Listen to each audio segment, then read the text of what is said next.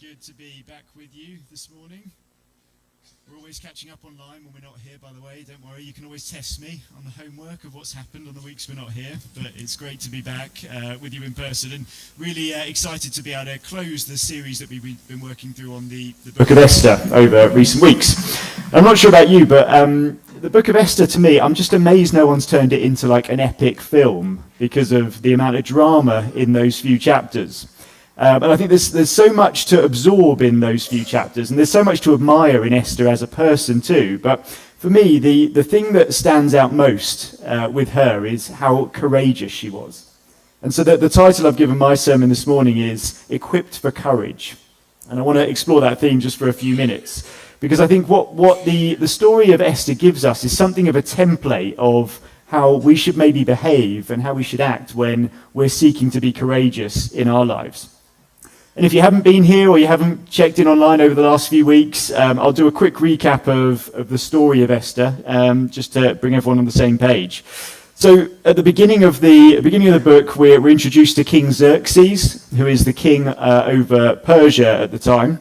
And we hear that he's been throwing an extended feast, 180 days of celebration to glorify himself, basically, to show his splendor, to show his wealth. And during this 180-day feast, he falls out with his wife, the queen.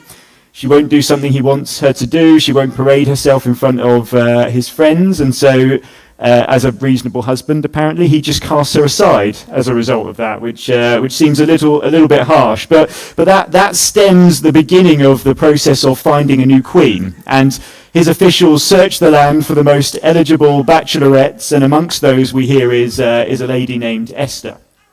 Esther's a Jewish orphan who we're told has been raised by her cousin Mordecai in the absence of parents. And she enters this process of being considered to be the next queen, and ultimately is the one who wins the favor of King Xerxes. But she keeps her Jewish heritage a secret. So the king isn't aware of that at the time that she is appointed queen.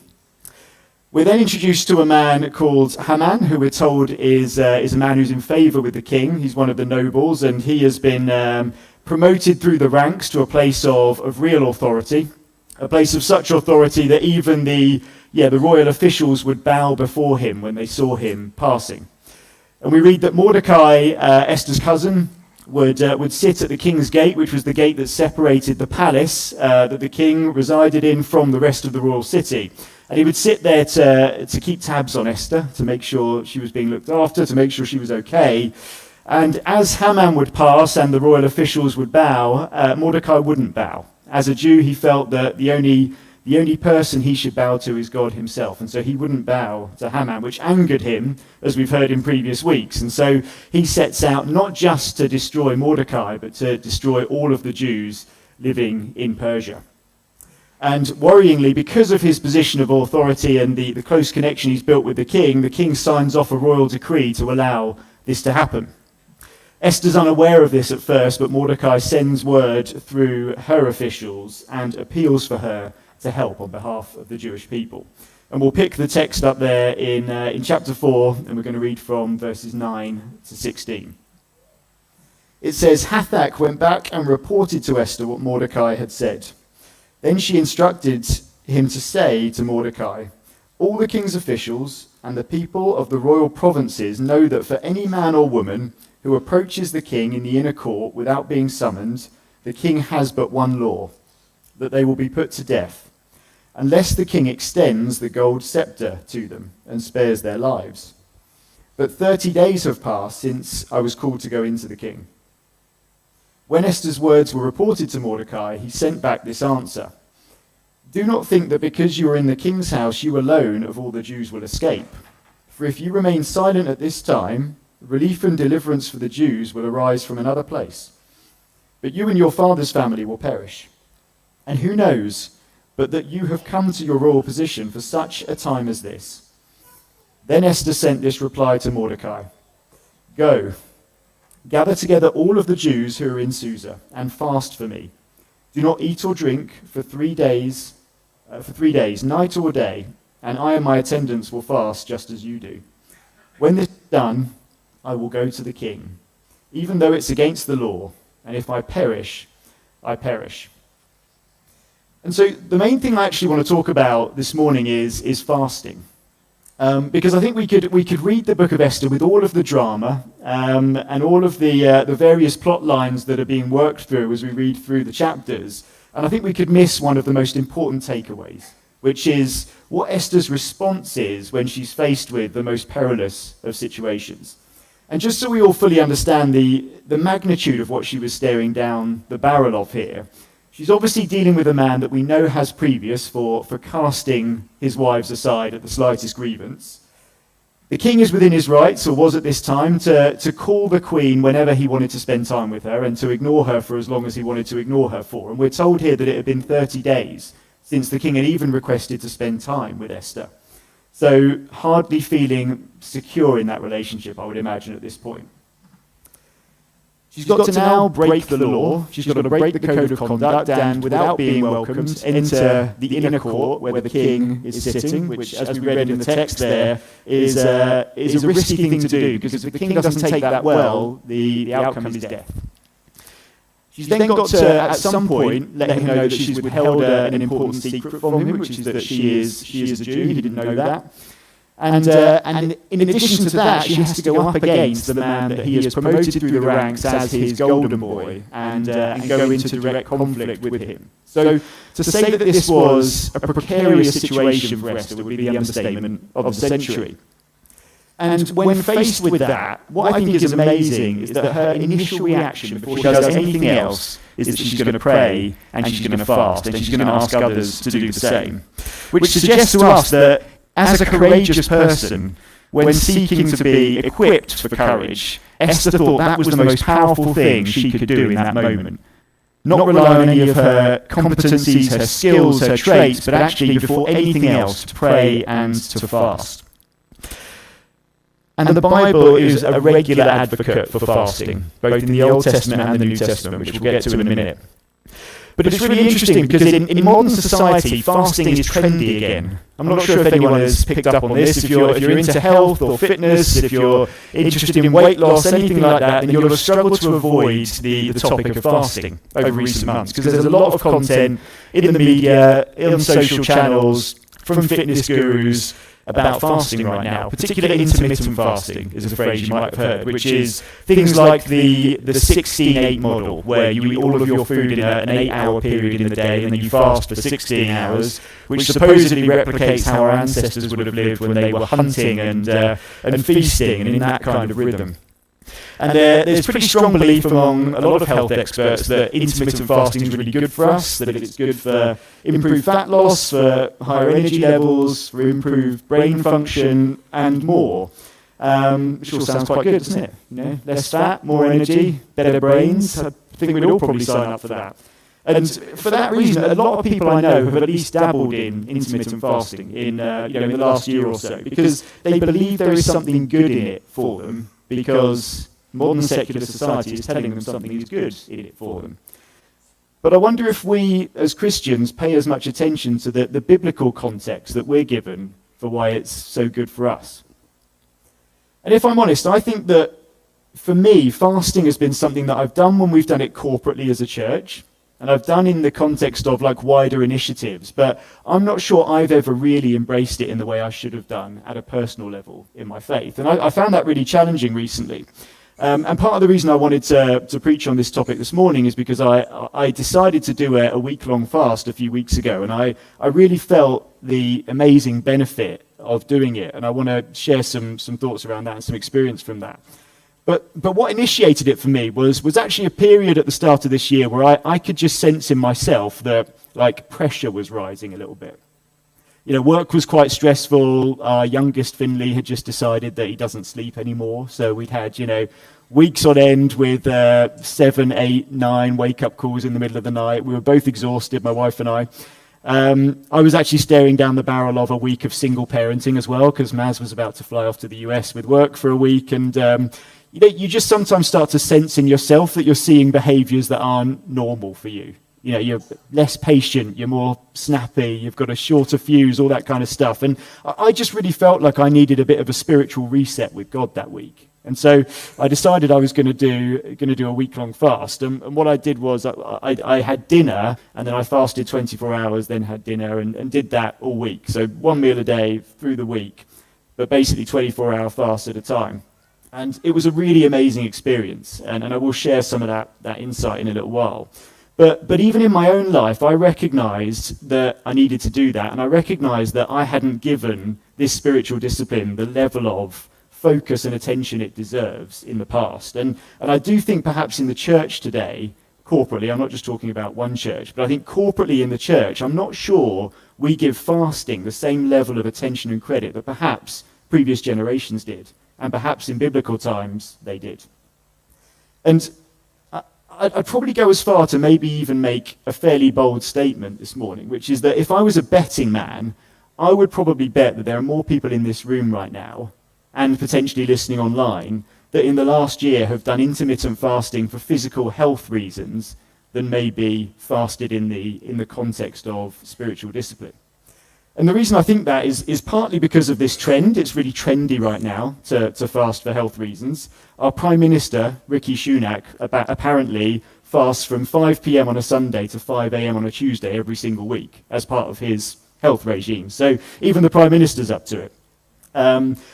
But also, I read a couple of studies that were really interesting. One was from the US a few years ago amongst the Christian population in the United States. And the outcome of that study was that the vast majority of Christians in the US no longer think fasting has an active role to play in their faith. A really, really small number. And in contrast, there was a study taken last year by The Independent, the same thing. And that's quite concerning, and it's something we need to be careful about. Esther thought this was the most important thing she could do. And so what I want to do this morning is help us understand a little bit about the kind of biblical principle of why it's important. And if you're new to church, and if you maybe haven't heard any teaching on fasting before, then some quick backdrop is that the word fasting is mentioned very regularly in the Old Testament and the New Testament, about 70 times in all. And both the Hebrew word in the Old Testament and the Greek word in the New Testament, both are very explicit that fasting is about the abstinence from food, as opposed to anything else. There are some really high-profile fasts in the Bible, a number of them, but possibly the most high-profile is Jesus himself, who fasted for 40 days in the wilderness. And in most cases, a fast is initiated by an urgent need for God to move. As we see with Esther here, she is in urgent need of assistance from God, so it's a response to the urgency of the situation that she's in.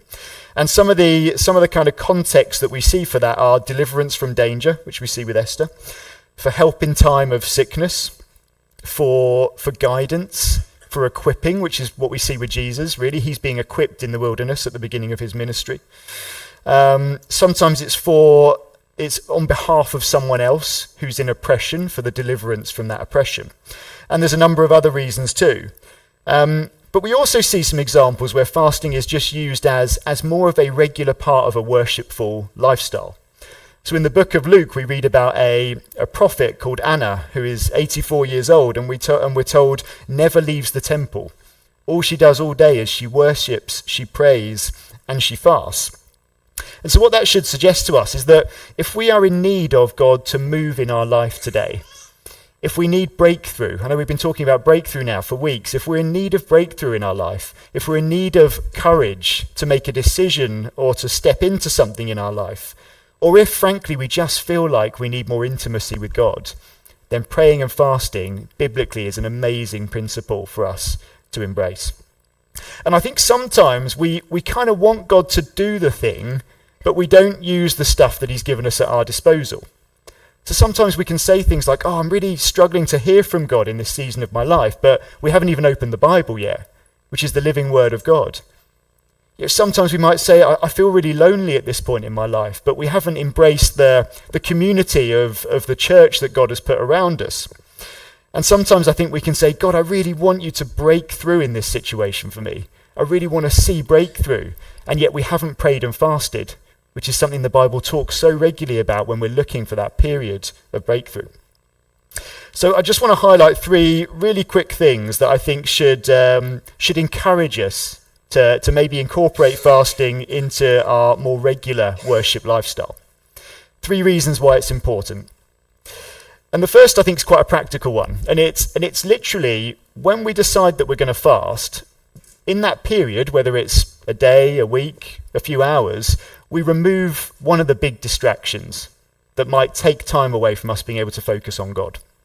And I might be at the extreme end of this spectrum, okay, because I think about food every 5 seconds. So for me, this was really tangible when I did my week fast a few weeks ago, was that the time just that is removed from thinking about, planning, fetching, cooking, reheating, whatever you might be doing with your food through the day, you take all that time back and you go, I'm going to use that time to pray and to focus on God. And actually the difference is really tangible. And so I did quite a conservative calculation, which is like when I'm in the office, I maybe take 20 minutes at lunchtime to walk and get food and walk back to the office. I might take 10-15 minutes eating that food whilst chatting to colleagues. I might spend another 10-15 minutes throughout the day getting a snack or chatting around the fruit bowl or whatever it might be. Really, really conservatively, I'd say I got an hour back every day, which was then focused on prayer. And I dare say that if all of us found an hour more every day to pray, by the end of that week we'd feel a lot closer to God than we did at the start. And that's just a real practical element of fasting. It's buying ourselves time back. It's removing distraction. It's going, with the time I was going to be doing that thing, God, I'm actually just going to pray. And I'm just going to wait on you. And so that is the first one. The second thing about fasting is that it involves discipline. And discipline is really good for us. We're called to be disciples, so the clue's in the name, that discipline is good for us. It's beneficial for us. In 1 Corinthians 9, the Apostle Paul refers to making our bodies our slaves. And what he means by that is that we have to take control of the things that we do. And we're called as Christians to take control of our bodies, of our tongues, even of our minds. And so discipline is something that, as a general rule, is really, really good for us. And sometimes just the act of committing to do something hard and following through with it is really beneficial in any sense, but especially in a spiritual sense. And I think what I found with fasting is that I think the reason I haven't pushed into it as much as I should have done in the past is because, I find it hard. And that sounds pathetic, doesn't it? But it's true. It's something I find difficult. I like my food. My wife will tell you I'm always hungry. And so the thought of going for any extended period without food was quite daunting for me. And I have to admit, I was nervous at the start of this week when I committed to doing that. And I thought you might appreciate, I took a bit of a diary over the first few days just to give a bit of a sense of how I was feeling. So on day 1 at 9 a.m., so I'd eaten the previous night, it was 9 a.m., I wrote, I'm already unthinkably hungry. And then at 12 o'clock, so 3 hours later, I wrote, I immediately regret this decision. But then by day 2, and it was this quick actually, by day 2 at 7 p.m, by which time I'd gone 23 hours without food that day, I actually wrote, my hunger's starting to plateau. And then on day 3 at 7 p.m, which was 22 hours after my last meal, I wrote, I actually could skip dinner tonight. And to me, that was amazing. It was amazing that I could, even in 3 days, go from thinking that, having lunch at 5 minutes past 12 would have been impossible to going, actually, I could have gone this whole day without eating. And that is because there was discipline involved. And I think that, discipline, our bodies adjust, first of all, our bodies do chemically adjust to stuff like that, and it gets easier. But I think especially in a spiritual sense, when we discipline, we invite the Holy Spirit in to come and show us what's possible under hardship. And so, there was a period in there that was really, really difficult. And I think if I'd been doing it for any reason other than because I was praying and fasting, I would have given up. There's no other reason that I would have gone without food for that long willingly. But what happens in that moment is you allow God to draw near and you allow him to show you that he supports you through hard things. And even in something relatively insignificant, like going a day eating less food, compared to some of the problems we deal with in our everyday lives, it's pretty minor, isn't it? But it's just a little indication of the God that we serve. That even in something supposedly insignificant in comparison, he draws alongside and he strengthens us and he's with us through it. And I was really, really aware of his Holy Spirit in those hours when physically I was feeling really hungry, but spiritually I probably felt as nourished as I'd felt in several weeks. So that discipline is just really, really good for us. And then the third thing, which is kind of linked, is that there's sacrifice involved in fasting. We're giving something up. We're choosing willingly to deny ourselves something for a period. And Jesus said in Mark 8, verse 34, if anyone would come after me, if anyone wants to follow me, let him deny himself and take up his cross and follow me. And whenever we find little ways in our life just to embrace sacrifice, what we do is we point back towards the ultimate sacrifice. And what it should do in us as Christians is it should be a little flicker back to the ultimate sacrifice that Jesus paid for us. And as Christians, we believe what we're taught in the Bible, which is that Jesus, God became man, took on the cross, died on the cross in the ultimate sacrifice for every one of us. And he died in the name of all things that separated us from God. The biblical word is sin, all the wrongdoing, all the imperfection in mankind. He took it on himself, and on the cross he died in the most excruciating sacrifice for us. And as we give up food for that period, for those few hours, for that day, whatever it might be, what it does if we engage ourselves properly in it is it shifts our gaze from where we are right now to the ultimate sacrifice that was paid. And it takes us from a place of maybe being aware of the problem that we're fasting for to going, actually, this is the person we come to for support. This is the person who's got our back, the one that paid even the ultimate sacrifice for us, that didn't withhold even his own life from us. As we embrace tiny little bits of sacrifice in comparison, it should help us shift our gaze from the thing that we're struggling with today to the one who overcomes all, even death on a cross. So they're the three things. We buy ourselves capacity, we discipline ourselves, and we embrace sacrifice when we fast. And for Esther, that was the thing she thought was the most important and powerful thing she could do when staring death in the face. She created that space. She disciplined herself to become more aware of what was possible and to welcome in the presence of God. And then she shifted her gaze towards the one who was with her through it all. And so today, if we're in need of courage, if we need courage to make that step, if we need courage to kind of push into that next season, whatever it might be, if we need breakthrough in our life, if we've been praying and praying and praying and praying and that breakthrough hasn't come yet, or if we simply just feel like we're a bit distant from God, we're a bit disconnected and we want to be closer, we want to be more intimate with him, then we could spend part of our next week far worse than commit to a period of prayer and fasting. You know, I think that there's a danger with the Bible having been with us for as long as it has, that sometimes we can pick things that we don't quite understand or don't quite make as much sense in the very immediate current climate and devalue them.